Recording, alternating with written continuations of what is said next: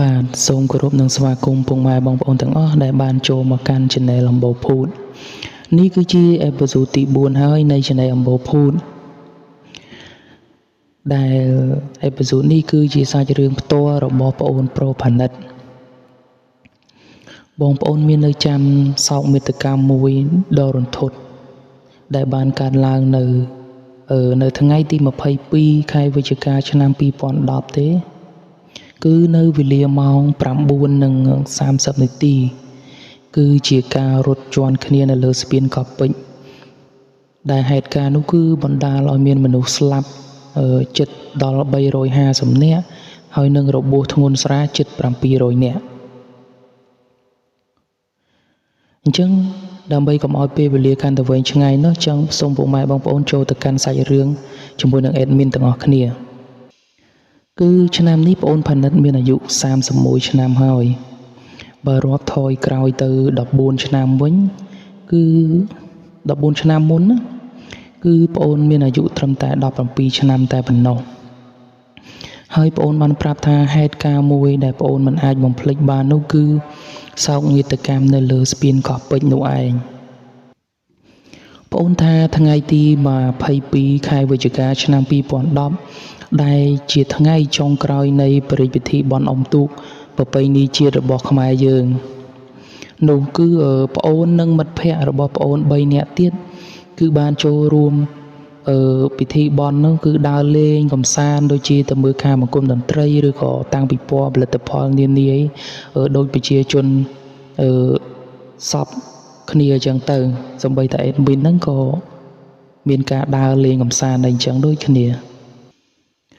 ដោយគណៈពេលនោះគឺប្អូននិងមិត្តភ័ក្តិរបស់ប្អូនគឺកំពុងតែស្ថិតនៅក្នុងបរិវេណកោះពេជ្របន្ទាប់ពីដើរលេងនៅក្នុងបរិវេណកោះពេជ្រនឹងអស់ចិត្តអស់ចង់អញ្ចឹងទៅប្អូនហើយនិងមិត្តភ័ក្តិ3នាក់ទៀតក៏បបួលគ្នាថានឹងដើរទៅលេងមុខវាំងអញ្ចឹងគិតរួចហើយក៏នាំគ្នាដើរចេញមកអញ្ចឹងពួកប្អូនតាទើបតែដើរឡើងដល់លើស្ពានពេលនោះប្អូនថានៅលើស្ពាននោះគឺមានការស្ទះខ្លាំងហើយមនុស្សប្រជ្រៀតគ្នាមានអ្នកខ្លះគឺប្រជ្រៀតចេញពីកោះពេជ្រមកហើយអ្នកខ្លះក៏ប្រជ្រៀតចូលទៅទៀតចឹងទៅប្អូនថាការប្រជ្រៀតគ្នានោះដែលប្អូនជាប់នៅលើស្ពាននោះគឺប្រហែលជាតែ10នាទីទេ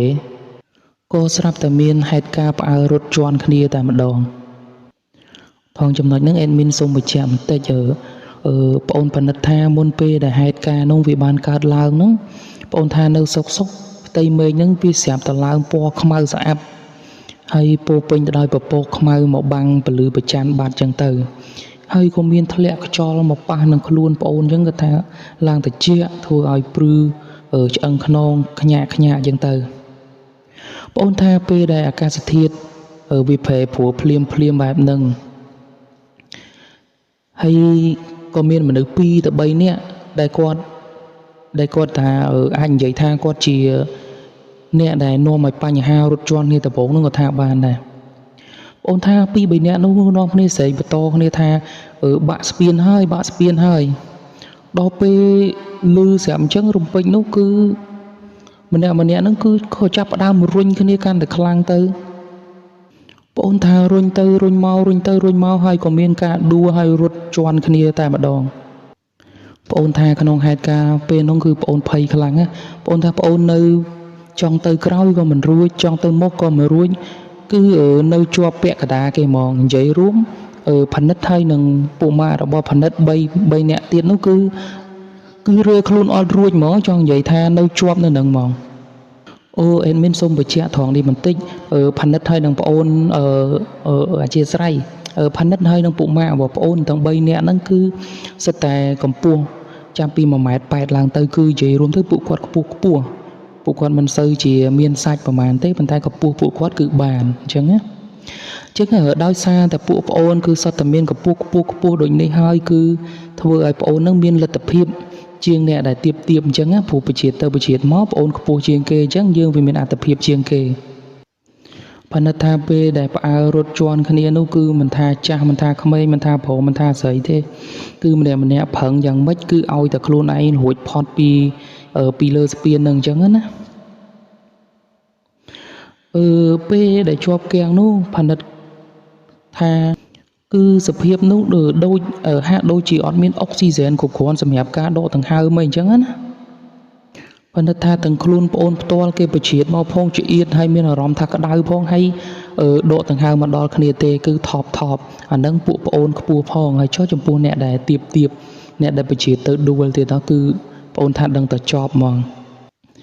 ប្អូនថាពេលនោះហើយគឺសំឡេងស្រែកទៅហូរយំនិងសម្រែកស្រែកឲ្យជួយលឺទៅហឹងនៅពេញបរិវេណកោះពេជ្រនឹងហ្មងពេលដែលប្អូនរៀបរាប់ប្រាប់ admin មកដល់ចំណុចនេះប្អូនថាអ្វីដែលប្អូនរឹតតែមិនអាចបំភ្លេចបាននោះគឺមានក្មេងស្រីម្នាក់ហ្នឹងអាយុសបាហ្នឹងប្អូនដែរប្អូនថាគាត់ទៀបទេគឺគាត់នៅក្រោមក្លៀកប្លោះក្លៀករបស់ប្អូនអញ្ចឹងណាហើយប្អូនថាក្មេងស្រីម្នាក់នោះគឺស្អាតខ្លាំងហើយមើលទៅតាមសាច់ឈាមគេគឺតំណងជាកូនអ្នកធូធាអញ្ចឹងណាមើលទៅសាច់ឈាមនិងការស្លៀកពាក់របស់គេអញ្ចឹងទៅផានិតថាប្អូនស្រីម្នាក់នោះក៏បានយំអង្វរផានិតថាឲ្យជួយគាត់ផងថាផ្ទះរបស់ប្អូនគឺមានណាស់ហើយបើសិនជាជួយប្អូនស្រីនោះបានអញ្ចឹងក៏ផានិតចង់បានអីអញ្ចឹងក៏ម្ដាយឪពុករបស់ប្អូននឹងឲ្យដែរអញ្ចឹងណាឲ្យទៅព្រមជួយឲ្យប្អូនរស់រានមានជីវិតចេញពីនឹងមក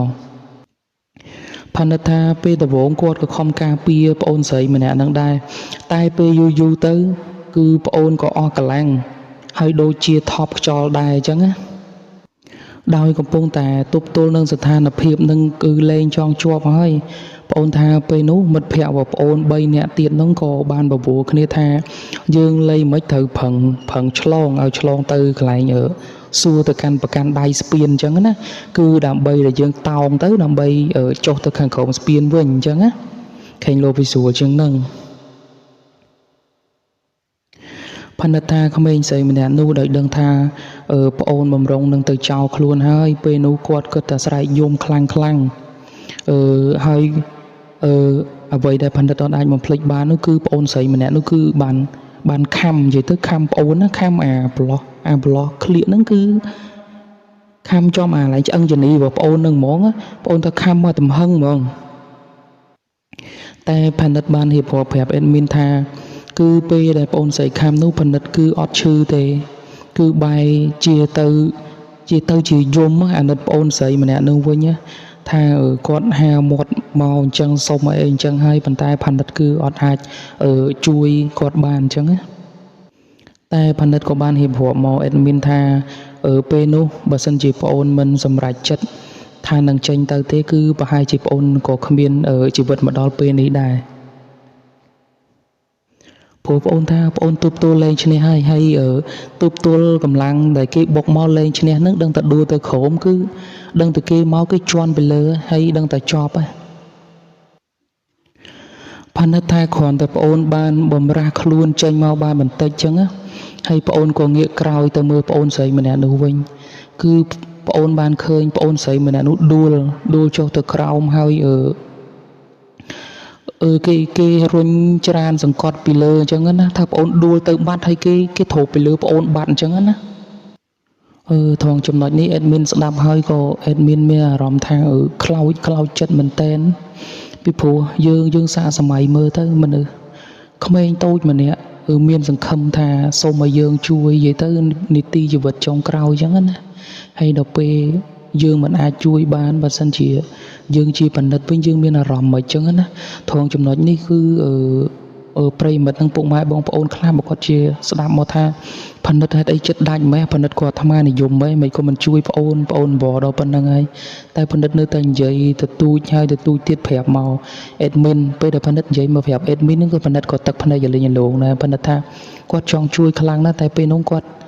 ទប់ទល់លែងរួចហើយអញ្ចឹងណាដូចជាអ្វីដែល admin បានប្រាប់ពីលើមកអញ្ចឹងគាត់ថាបើសិនជាគាត់នៅតែបន្តទៅទៀតគឺគាត់ដួលទៅក្រោមគេជន់គាត់ដូចតែគ្នានឹងអញ្ចឹងបានគាត់ខំប្រឹងដើម្បីចឹងនិយាយថាឲ្យរួចជីវិតខ្លួនគាត់មកអញ្ចឹងណាអញ្ចឹងត្រង់ចំណុចនេះ admin ក៏សូមចិត្តពុកម៉ែបងប្អូនតែកុំស្ដីកុំបន្ទោសទៅលើប្អូនបណ្ឌិតអីអញ្ចឹងណាចឹងហើយបណ្ឌិតក៏រៀបរាប់មកកាន់ admin ទាំងទឹកភ្នែកចឹងទៅបណ្ឌិតថាសម្រាប់ការរើបំរាស់ដើម្បីទៅដល់កន្លែងប្រកាន់ដៃស្ពានហ្នឹងគឺ ផនិតថាគឺកន្លែងនេះគឺត្រូវតើវាទៅលើមនុស្សហ្មងចង់និយាយថាផនិតនឹងនិងពួកម៉ា3នាក់ទៀតគឺធ្វើការវាទៅលើមនុស្សដែលជាប់គាំងនឹងហ្មងគឺដើម្បីទៅដល់មកខាងទៀតនៃប្រកាន់ដៃស្ពានអញ្ចឹងណាពេលដែលផនិតនិងមិត្តភ័ក្តិបានតោងចុះទៅអង្គុយនៅពីក្រោមស្ពានហើយផនិតថាក៏ឃើញមានអ្នកដែលលោតទឹកមកដែរអញ្ចឹងណាតែអ្នកដែលលោតទឹកហ្នឹងក៏ស្លាប់ច្រើនដែរព្រោះថាពួកគាត់លោតមកគឺគាត់លោតជន់គ្នាហ្មងណាអញ្ចឹងធ្វើឲ្យអ្នកក្រោមងើបមកមិនទាន់ទេអ្នកលើនេះគាត់លោតទៅគឺ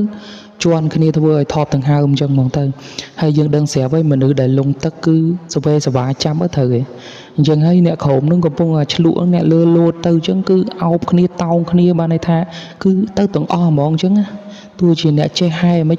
ក៏ហែមិនរួចដែរប៉ុន្តែថាបងអូននៅអង្គុយជាមួយមិត្តភ័ក្តិទាំងភ័យផងទាំងអាណិតផងហើយរូបភាពដែលបងអូនអាចមកភ្លេចបានគឺរូបភាពបងអូនស្រីម្នាក់ហ្នឹងហ្មងបងអូនថាបងអូននិងមិត្តភ័ក្តិបានអង្គុយរហូតដល់ម៉ោងជិត11ក៏បានចេញពីក្រុមស្ពានមកវិញព្រោះពេលនោះគឺមានក្រុមសង្គ្រោះនឹងពេទ្យគឺមកជាបន្តបន្ទាប់ច្រើនហើយបងអូនក៏រៀងបាត់ភ័យដែរអញ្ចឹងណាបងអូនថាពេលដែលចេញពេលដែលឡើងមកលើវិញហើយបងអូននិងមិត្តភ័ក្តិបងអូននិងអ្នកដែលមានកម្លាំងជាច្រើនទៀតអញ្ចឹងណាគឺបានជួយលើកអ្នកដែលត្រូវយកទៅសង្គ្រោះហើយនឹងក៏ដូចជាជួយលើកសពរបស់គ្រូពេទ្យអញ្ចឹងណាមិនសពរបស់គ្រូពេទ្យដែលជាស្រ័យបងប្អូនសពរបស់អ្នកដែលរត់ជន់គ្នាហ្នឹងគឺគាត់ជួយលើកទុកដាក់ជាមួយគ្រូពេទ្យហ្នឹងអញ្ចឹងណាកន្លែងនេះបងប្អូនគឺច្បាស់ជាឆ្ងល់ហើយគឺសូម្បីតែ admin ក៏ឆ្ងល់ដែរហើយសួរទៅបងអូនដែរថាបងអូនអត់ខ្លាចទេអីគាត់ថាគឺគាត់អត់ខ្លាចទេអញ្ចឹងគឺគ្រាន់តែភ័យតែគាត់ថាមិនដឹងថាពេលនោះវាមិនគឺមានអីមួយជំរុញចិត្តពួកគាត់ឲ្យជួយអញ្ចឹងណាសូមកាត់មកដល់ពេលដែលបងអូនជួយប្រមូលសាកសពមួយគ្រូពេទ្យមួយអីអស់ហើយនឹងបងអូនថាស្បែកជើងមួកនិងសម្ភារៈនានាជាច្រើនគឺនៅពេញតែស្ពាននឹងគឺគោដូចភ្នំអញ្ចឹងណាកំឡុងឆ្នាំ2010អញ្ចឹងយើងដឹងស្រាប់ហើយគឺការនោះគឺគេល្បីស្បែកជើងកាមញីអញ្ចឹង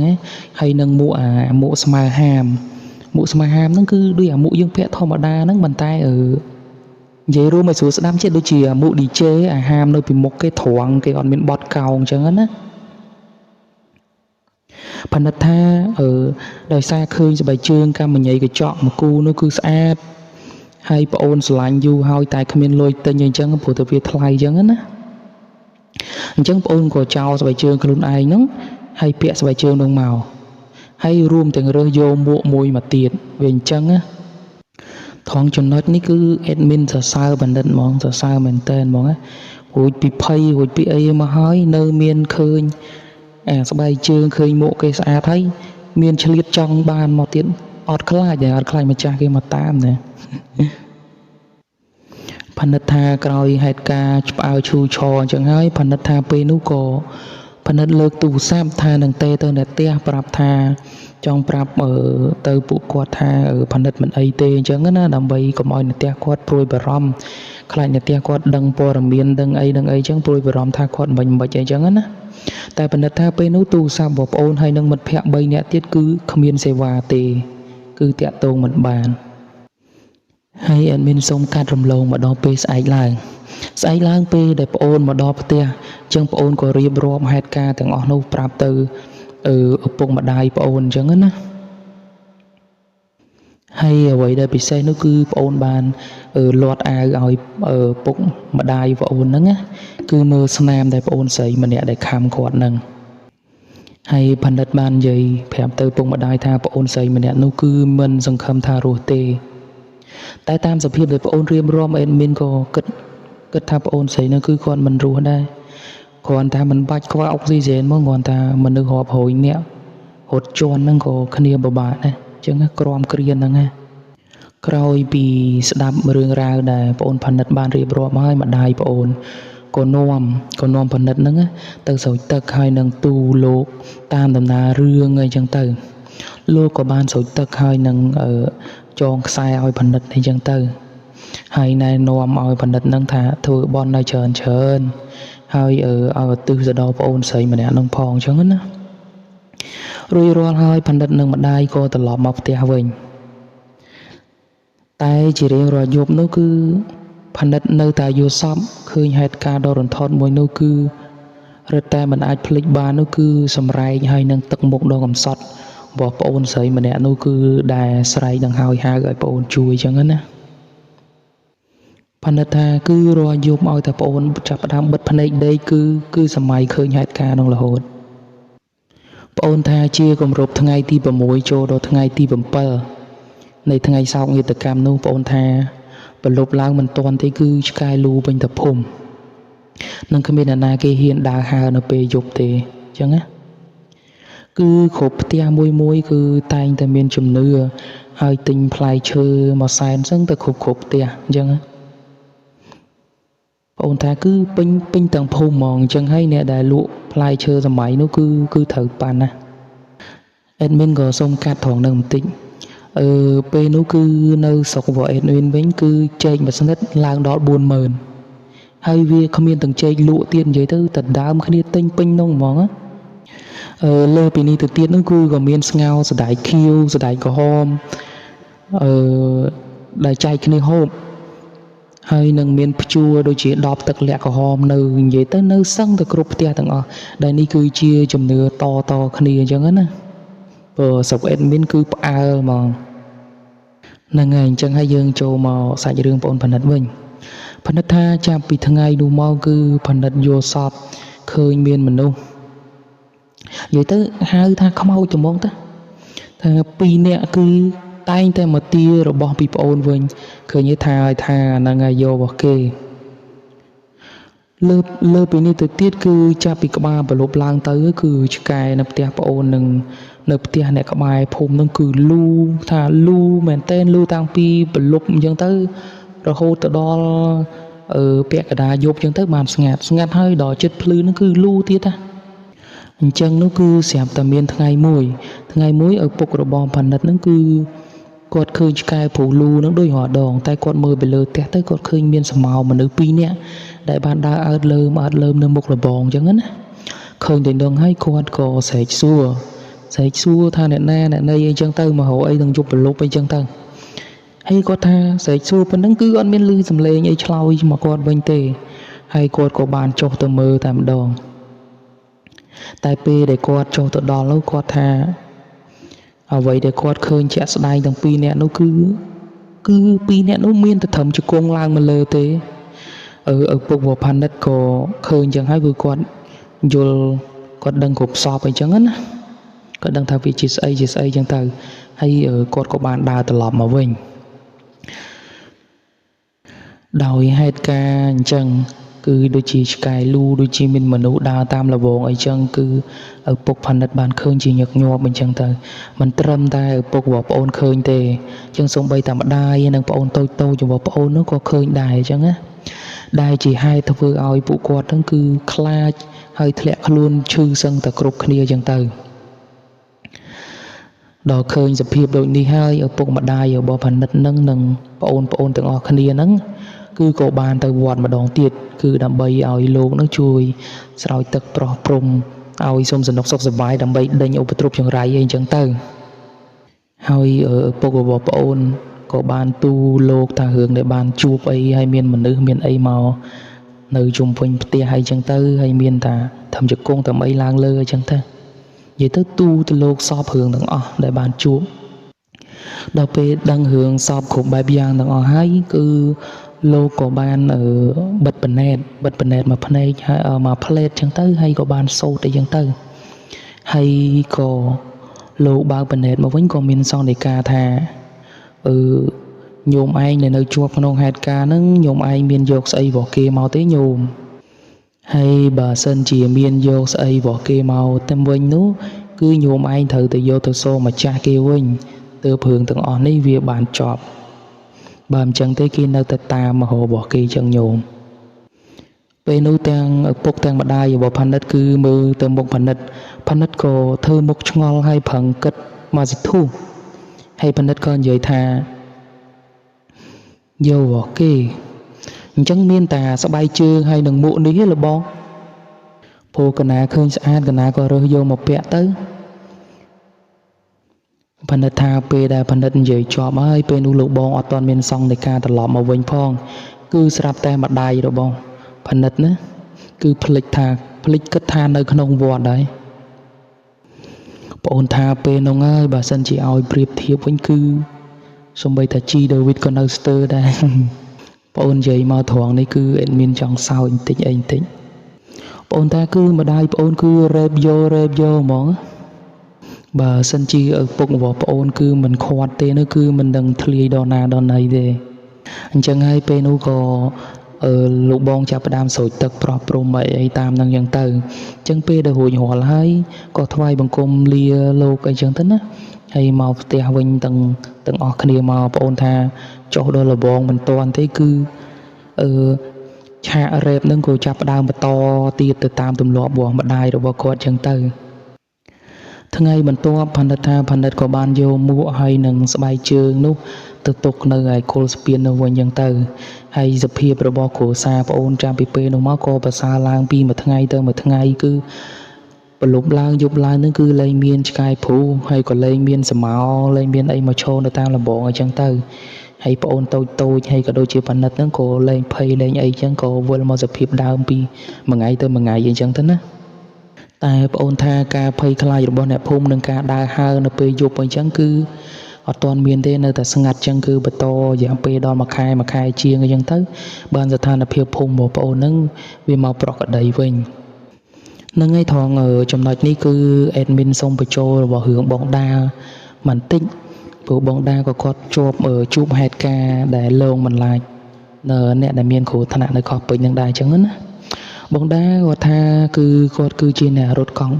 3ហើយថ្ងៃដែលគាត់ជួបហេតុការណ៍នោះគឺគាត់នៅខាងមុខវាំងនោះទេអញ្ចឹងណា